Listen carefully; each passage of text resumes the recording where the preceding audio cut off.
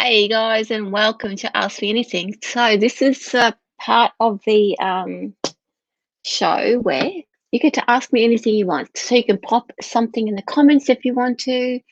You can ask me anything about my experience. You can ask me anything about what I do. You can ask me a psychic question. You can ask me about mediumship. You can ask me a mediumship question. I have all of my cards here. And but otherwise, the other thing you can do, which I'll invite you to jump online with me if you want to have a chat with me online. So I'll pop that in the comments. Now you just pop that in your browser if you want to jump online with me, and you don't have to show your face if you don't want to. But if you want to ask me in person, you can use that. Put it in your browser. If you're on a laptop, Chrome is best. If you're on your iPad, then Safari is best. Android stuff I'm not so sure about. But otherwise, you can pop some comments in if you want to. Otherwise, I'll just talk about myself. If, as I said, just this, I've got some of you are watching, you can ask me anything, put a question in the comments, no problem. I can probably, what I might do is, while we're waiting for people to come on and ask me anything you want, let's talk about, I'll tell you probably some of my interesting psychic experiences that I was thinking. I might start with the one that is probably the least exciting of my psychic messages that I've ever got. Once upon a time, I was, here's Nicole. Good morning, Nicole. I'm just telling you about my lamest psychic experience. So, once upon a time, I had a dream that my car broke down and the RACQ came to get me.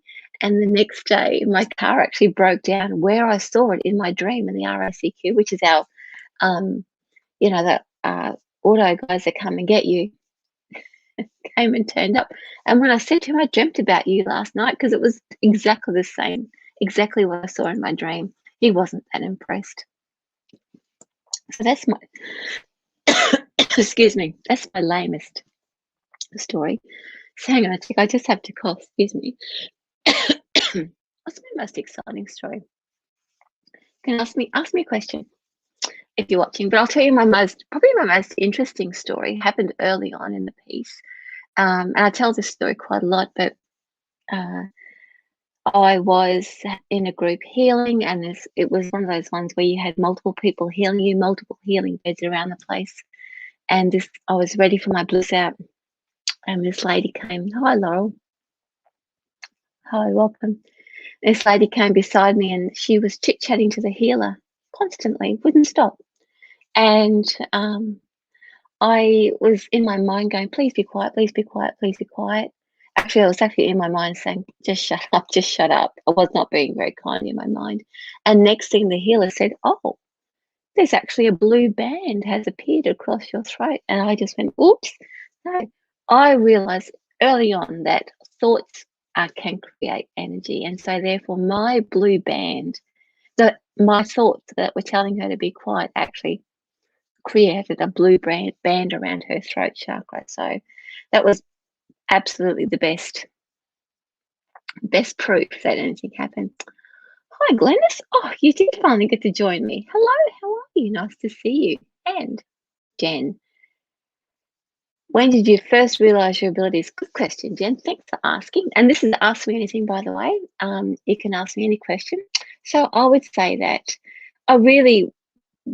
when I was probably 27, 28, I was kind of just coming out of a long period of, first of all, in my 20s, I got quite sick. And then when that settled down, I got panic attacks. And so it settled down. And then I started to wake up of myself. And all of a sudden, I think probably after I went to see a reader, I started having people who were in my life who were readers and psychics. And I didn't know. And that was something that I could do. And somebody loaned me some books, and I would practice the stuff that I got in the books, and I would have messages and things coming through. But it wasn't until somebody said to me, Vicky, you can do this, that I thought, what? But by then I was already practicing tarot cards. Everything was, coming through quite nicely. I was having actually really amazing um, prophetic dreams of things were coming true, but it still didn't occur to me that this was something. And actually, people were saying this to me even before that person said to me that I could do psychic readings.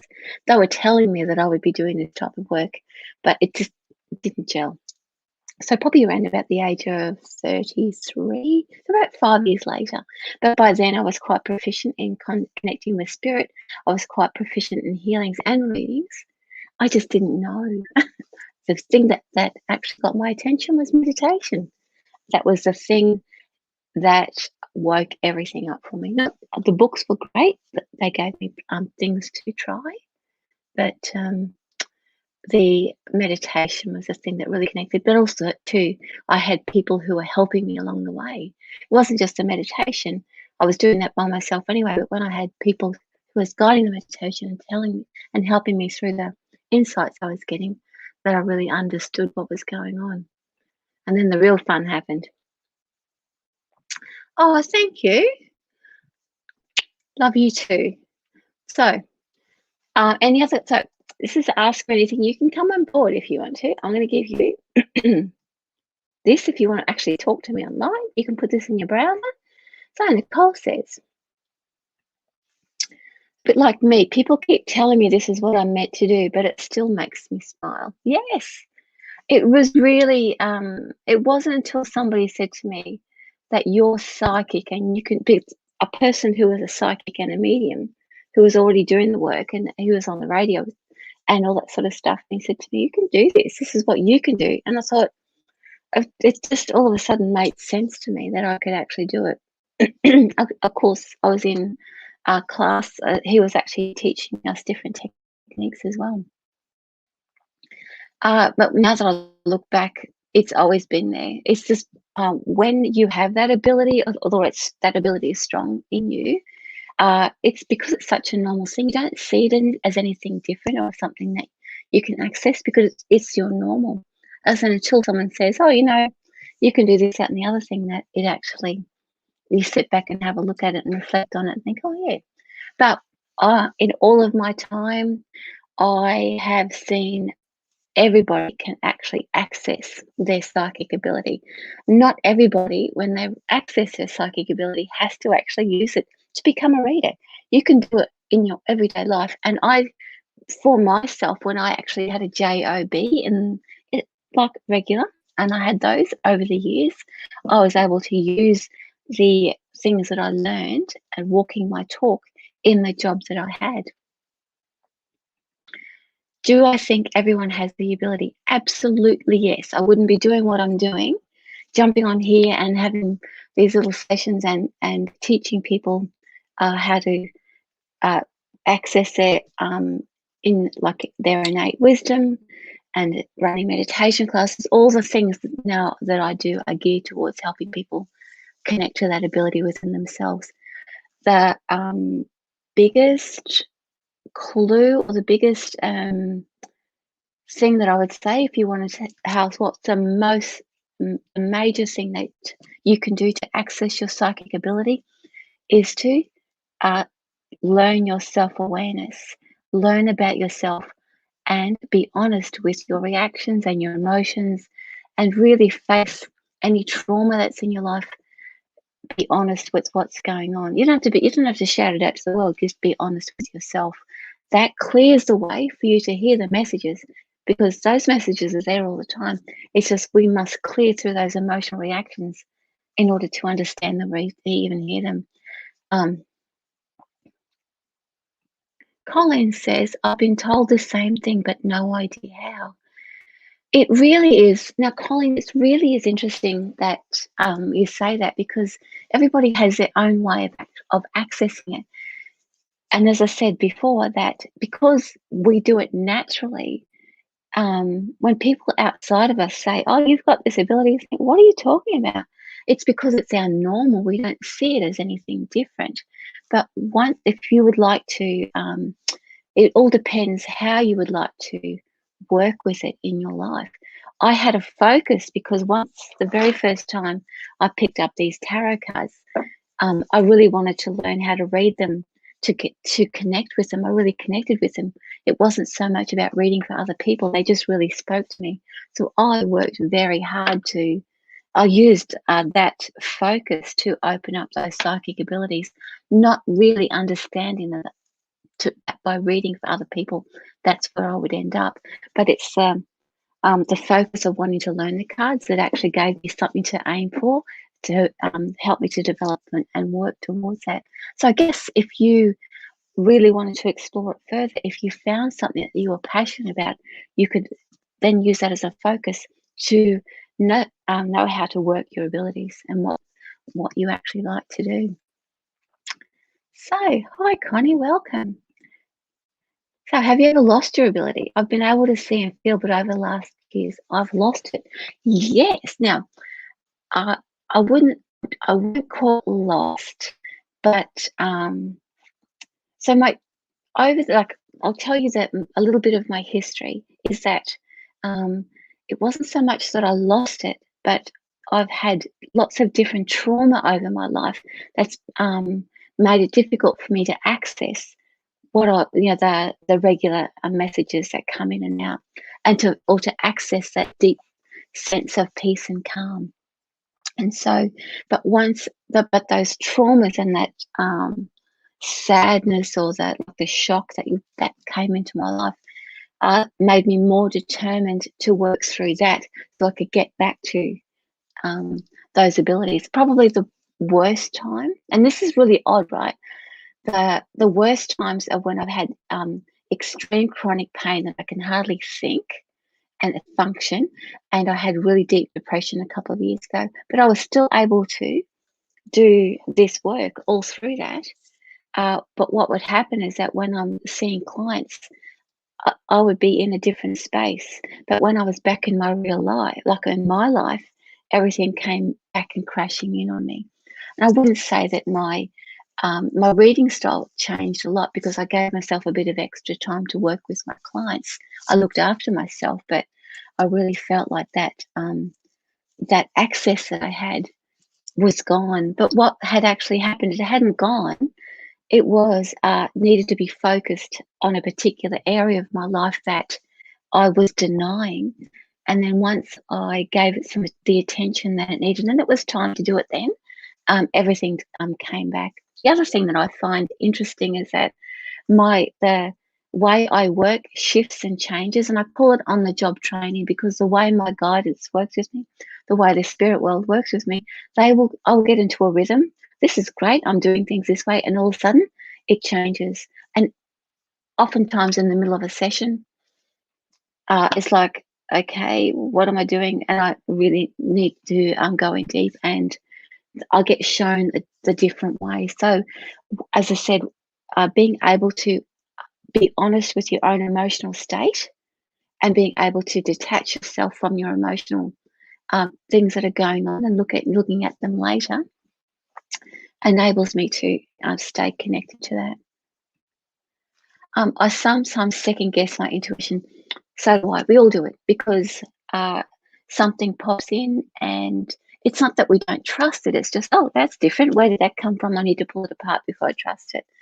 These days, I have honestly, and I know it sounds really awful, but the things that have happened to me in my life have beaten me down so much to the point where I really had to surrender to the trauma that's been in my life, that's actually enabled me to access my intuition better, because the things that have happened to me and the way I kept fighting them until they wore me down to nothing meant that I thought, you know what, um, surrendering to it and allowing myself to access it, was much better than living the trauma that I was living at the time. It's pretty awful. And now I just think, oh well, I really don't want to go back to that and that pain and that misery, or all the things that jump up and get me. Uh, so they all keep me on that other path over here. And it's funny when we talk about our intuition, it's actually our body that gives us the signals. So being in touch with your body, that's why meditation is so good. Your breathing gets you in touch with your body. And it's those shifts in the body that signals you that something's not okay, but the mind wants to take over and control it. And the other thing is that oftentimes we don't realize that we followed our intuition until hindsight. And I can sometimes track my decision making process, and maybe sometimes even 2 years later, I can go back to the original choice that I made, not realizing that I was following my intuition at the time, but it led me to the most perfect place. So I stopped second guessing everything. I just said, oh well, whatever will be, will be. That's my favorite.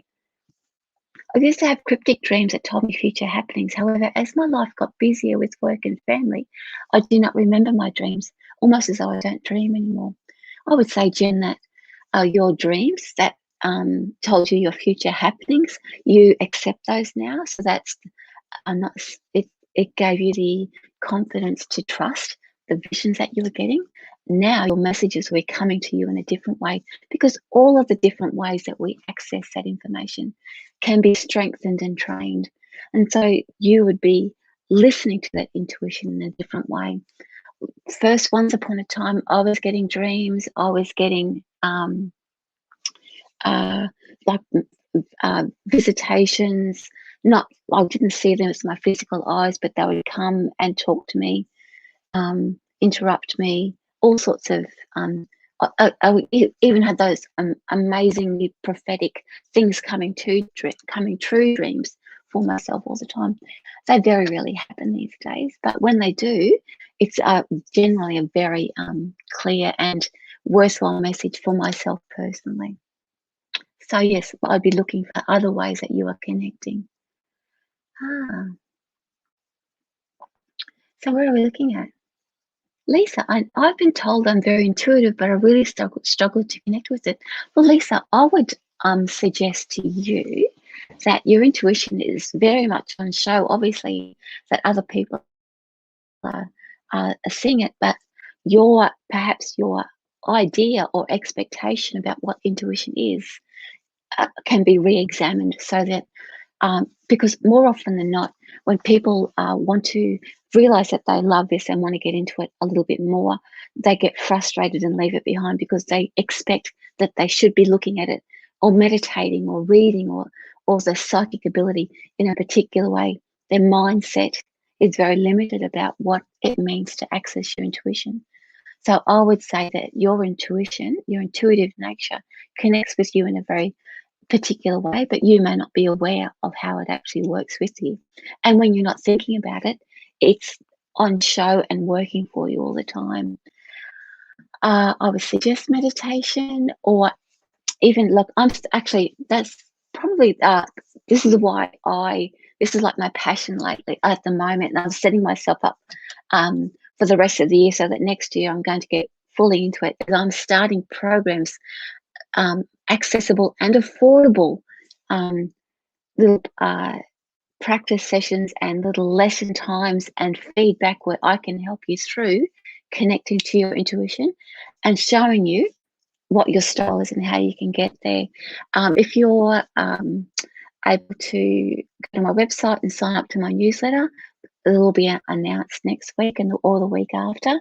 But yeah, there are ways, or if it's not me that you like to work with, there are people who can show you how to connect to your intuition, because it is more often than not what we expect messages should sound like and look like that prevent us from realizing what's actually going on. But also too, personal trauma can get in the way as well, because what happens is that when we access that part of ourselves, we receive a healing as well as providing that, accessing it and getting into that space and receiving that intuitive messages or that soul wisdom.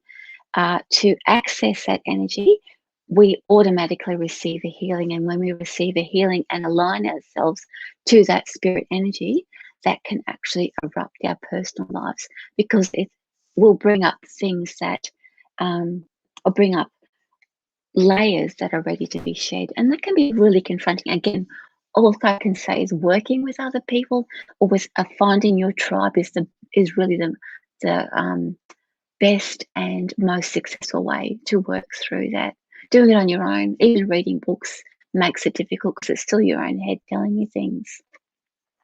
So Connie said, I've had lots of trauma in my life and I'm only just learning to let it go. And that's while you're letting it go, that means that it's time. It's always about timing. And I think when we get to a point where we think we don't need to do this anymore. And so we prioritize what's important, and that we then begin to prioritize ourselves. And it's amazing once we start to prioritize ourselves, how much we realize the stuff that we're carrying around with that we don't need to. And it comes down to what we think we can control. So thank you. I love meditation too. Meditation is key. Meditation Thursday nights with me, 7:15 start for a 7:30 meditation. On Vicki Tarot Reading School, you can book in for that one. Now, Laurel says, I have a lot of trauma in my life too. It's been hard moving on from it, but I'm starting to. Trauma would be like, as I said, when the trauma starts to rise up, when you start to realize how much it's impacting you, that means that you're ready to prioritize your own needs over all of the things that we've been hanging on to that we've been frightened of experiencing again.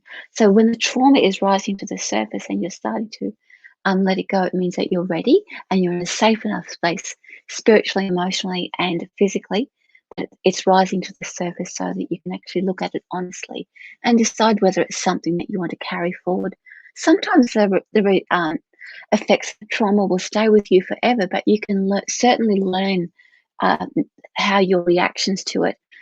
You can choose how you react to the responses that you have to trauma that's happened to you. I've had some pretty rotten things happen in my life, and I still react when I'm reminded of those things. But and sometimes I can catch them. Most of the times I'll catch it. Sometimes it still catches me, and I backtrack and work my way through whatever it is. Those little things, that extra layer that's bubbled up to be released. Now, same, yeah. I tend to be able to get messages for others, but not for myself, even as simple as with the pendulum. Nicole, that is not uncommon. When we get messages for ourselves, we are still looking for it as if we're getting it for other people. When we're working with other people, it is so clear, it's coming so bad. Because you know why, Nicole? We are not attached to their lives. And so it's really easy to get to pass those messages on because we're not attached to that outcome. We are attached to our own outcome. And so our emotions will actually be interfering, our emotional responses interfere with using the tools. Learning to recognize when your emotions are actually in the way or when they're impacting on the results that you're looking for will enable you to access those answers, because what you'll do is say, oh, actually, I'm getting emotionally involved with this. You can either put it to one side or put the pendulum down, because you will get your answer the other way. Sometimes the answer is to experience it and go through the process.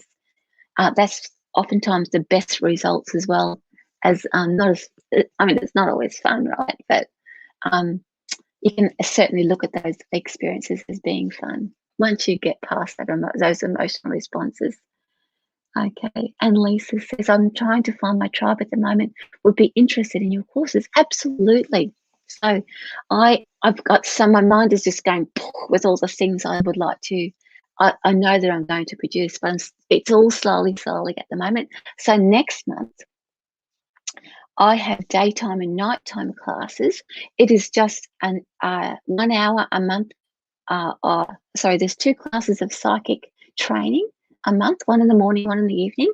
There are 2 classes of tarot and oracle training, one in the morning, one in the evening of the month, and one which I'm very excited about, Reiki Share. And Reiki Share would be you can just come on board. It's only $6, right? You can just receive a group healing. Everyone just comes on board for that one time and receive the healing. And if you can't make it on the night, it'll be available afterwards as well. I will, as I said, I'll pop it up on my Facebook page, but most of my information comes through my newsletter. That's the best way to keep on top of it. But I do have I have packaged up a lot of the different things that I'm offering next month, and those courses will actually be us. We'll be studying a specific thing each month.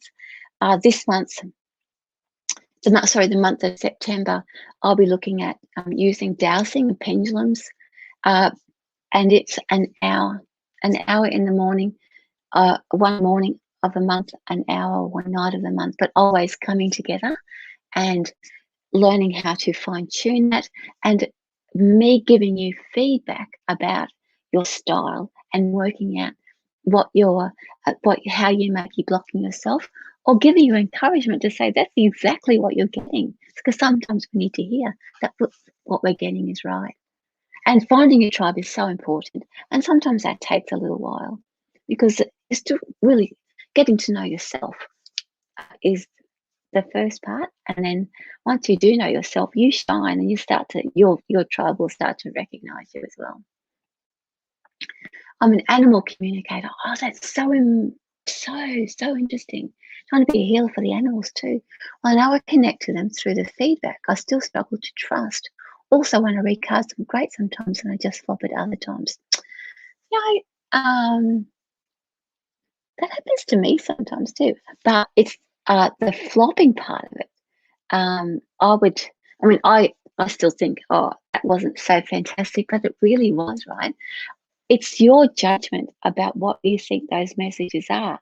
It's only what you think it is, not what the person who's receiving it. I have had times where I can remember the very first time it would have been 2002, I think it was the very first time I went out and set up for a weekend music festival where I was living in Harvey Bay. A friend of mine said, let's do this. And I said, okay. I was running a meditation group at the time. It was a wonderful time. And we said, let's do this. So we set up our little thing and had our cards, and we had our different reading styles. And this lady came. And mostly I'd been doing readings for people who knew me. This is the first time I really put myself out there for people who didn't know me. And she came along and I told her this stuff, and she was like, no. It was all this block. And my mind was going, what do I do? And I just made a decision. I thought, I can't lie. This is what the cards are telling me. So I just said, blah, blah, blah. She went away. She paid me, but she was furious when she left. And because I was running a group at the time, I gave the details of meditation and things like that. Anyway, I saw her 6 months later and she said, you are absolutely right. How many times has that been told to me? I have got, no, you're wrong. I check in with the message and I know what I'm saying is correct. So I just leave it there. And I don't know how many times people have come back and told me that I'm right. So don't ever be discouraged because you think the message might be a bit of a flop. It's only your thoughts, because it doesn't matter that the person can't take it.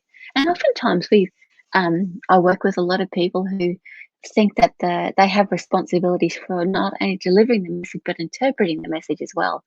You don't have to do all that hard work. You just deliver the message. And again, I can show you how to do that through Tarot Practitioner course.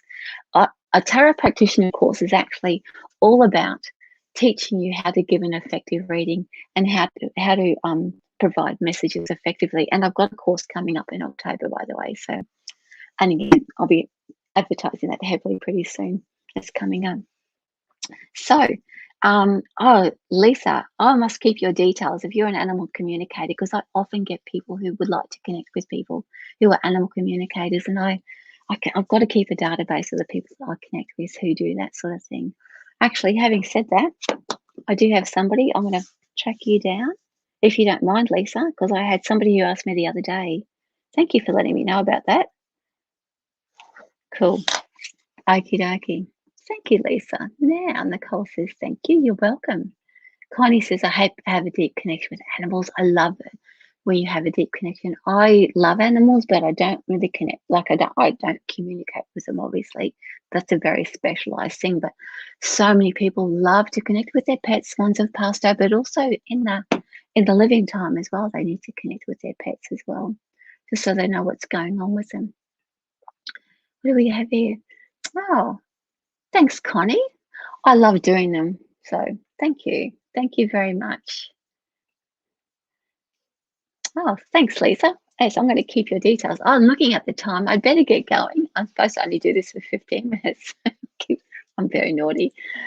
I can sit and talk about this forever. So this has been my Facebook Ask Me Anything. Tomorrow night will be a pre-recorded Reiki um, uh, healing session. So that'll be set for 8:30 to run then, but you can look at it anytime and access that Reiki anytime. Sunday night, of course, is my weekly forecast. Laura says, thank you for joining me. Oh yeah, the weekly forecast on Sunday, as well as the Spiritual Events Directory hour-long show of crazy messages and so on. But I am here every week at 8:30, every day I should say at 8:30, doing something a bit different. Thank you, Connie. So I better get going. Thank you so much. Have a great weekend, guys, and I'll see you around. Okay, bye.